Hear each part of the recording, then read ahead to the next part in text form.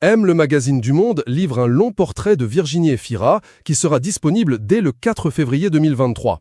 L'actrice vient de décrocher sa 6e nomination au César pour son rôle d'une victime d'un attentat dans Revoir Paris d'Alice Winocourt. La comédienne belge de 45 ans se confie sur sa vie personnelle et sur sa carrière pour l'occasion. Elle révèle même des petites habitudes un peu particulières au sein de son foyer, un moyen pour la maman de se ressourcer loin de sa famille. Virginie Efira vit dans la capitale, proche de la place de la Bastille, avec son compagnon à la vie et à l'écran depuis 2018, l'acteur de 10 ans son cadet, Nils Schneider, et sa fille, Ali, née en 2013 d'une précédente union avec le réalisateur Mabrouk El Mechri. Auprès de nos confrères de M, le magazine du Monde, Virginie Efira révèle une facette très particulière de sa vie de famille. La comédienne avoue posséder une pièce spéciale, plus précisément une chambre à elle sur le même palier que leur appartement.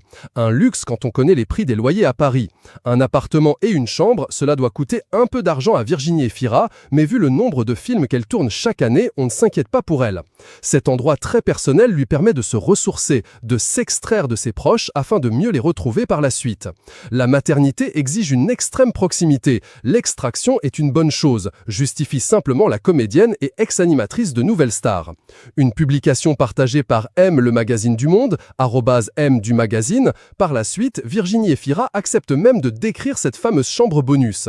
Elle explique qu'il s'agit d'une petite pièce de 10 mètres carrés seulement, mais décorée somptueusement.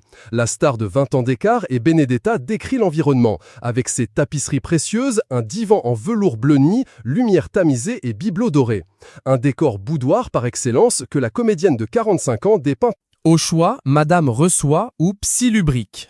L'actrice ne s'arrête plus et on la voit partout. Elle a participé à 7 films en seulement 14 mois, comme le rappellent nos confrères de M, le magazine du Monde. Virginie Efira redoute l'overdose, ainsi ce besoin de se ressourcer lui est essentiel.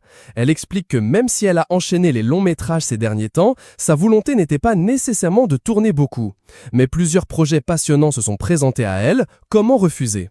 Comme le magazine l'a décrit sur son compte Instagram, l'actrice est bosseuse, tendance stakhanoviste, mais l'actrice reste tout de même travaillée par des doutes sur sa légitimité qui sont autant de moteurs.